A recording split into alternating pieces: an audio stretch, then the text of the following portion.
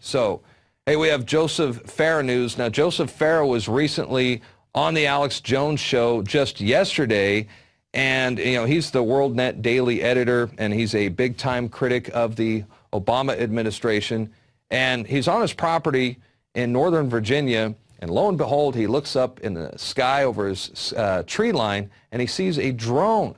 He said it sounded like a lawnmower, because he lives in one of the most rural, secluded places that you could possibly live in Northern Virginia. And there could be only one thing that the drone was spying on, and that was Joseph Farah. So why would they want to spy on him? Well, here's a clip from the Alex Jones show just yesterday. Let's take a look. What do you expect the power structure to do? Because in my view, in my analysis, their credibility is draining away. I mean, how many armored vehicles, how many hollow point bullets, how many helicopters, how many drones, how many SWAT teams?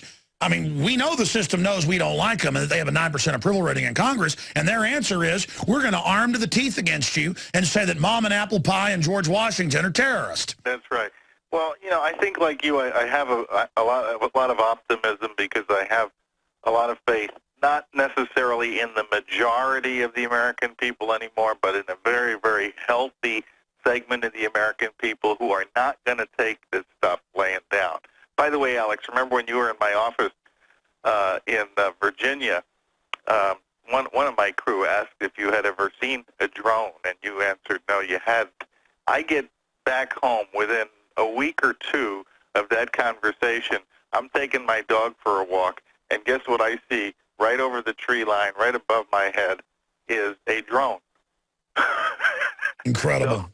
So if anybody calls you crazy, Alex, for talking about the drones, you can just send them my way, and because I've seen it with my own eyes. I only wish I had my cell phone camera to get a picture of it. That's why I haven't said anything about it publicly before. Now, how high was it? Was it a low? Oh, it wasn't high at all. And I didn't even know. At first, I couldn't even make out what it was because it had such a weird sound. It sounded like there was a lawnmower over my head, and it looked like nothing I had ever seen before. So I immediately jump on the internet. I start looking up drones, and I'm seeing things that resemble what I saw. And one of the characteristics I saw described was it can sound like a lawnmower over your head. For crying out loud. So that was my confirmation that for some reason, and then I later found out that in Northern Virginia here, even the police departments are using drones. And now they want to arm them, and all over the country they've been using them for surveillance. We found the EPA documents where in 2009 they were doing it.